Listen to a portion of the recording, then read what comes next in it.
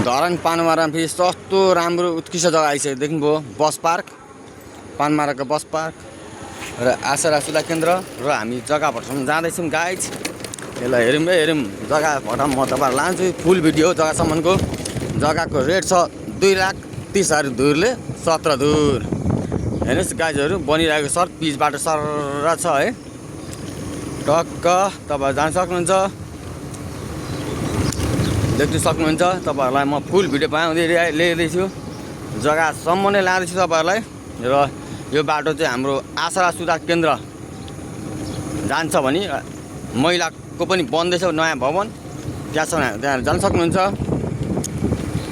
सस्तो राम्रो र उत्कृष्ट 17 धुर 36 फुट मुख भएको लम्बाइ टक्क पारेर ल गाइजहरू आसरा सुविधा केन्द्र जाने बाटोमा लिन सक्नुहुन्छ। यहाँहरूले खोजे जस्तो रोज जस्तो र उत्कृष्ट जग्गा तपाईँहरूलाई कुनै फर्म सम बनाउनु पर्यो वा घर बनाएर एकलोटी टक्क आनन्दले बस्ने जग्गा चाहिँ मैले लिएर आएको छु गाइज।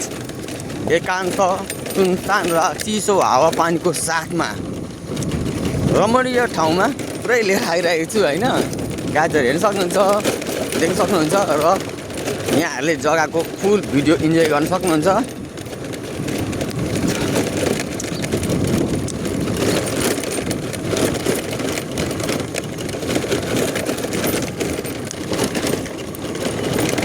र यो हाइवे 40 फुट हो।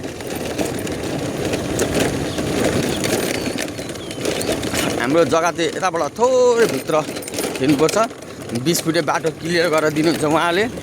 2,30,000 हो र किनेर लिनेको दाम मिलेमा घरबाट आफ्नो ठाउँमा छ गाइज। तपाईँहरूलाई म जग्गाबाट म पुऱ्याइदिँदैछु। जग्गा अलरेडी हामी जग्गाबाट आइसक्यौँ गाइज। यो घर छ घर नै टाँसेको टक्क जग्गा चाहिँ होलसेल दाममा आएको छ 17 धुरको टुक्रा हो। उहाँले बाटो क्लियर गरेर दिनुहुन्छ। यो मकैबारी सबै हो परसम्म पर्छ। हेर्नुहोस् मुख राम्रो छ जग्गा यही हो। तपाईँहरूले सोचे जस्तो र खोजे जस्तो सुनको टुक्रा सिमाना यही हो। यतापट्टिको भनेपछि यतापट्टिको तपाईँले देख्न सक्नुहुन्छ।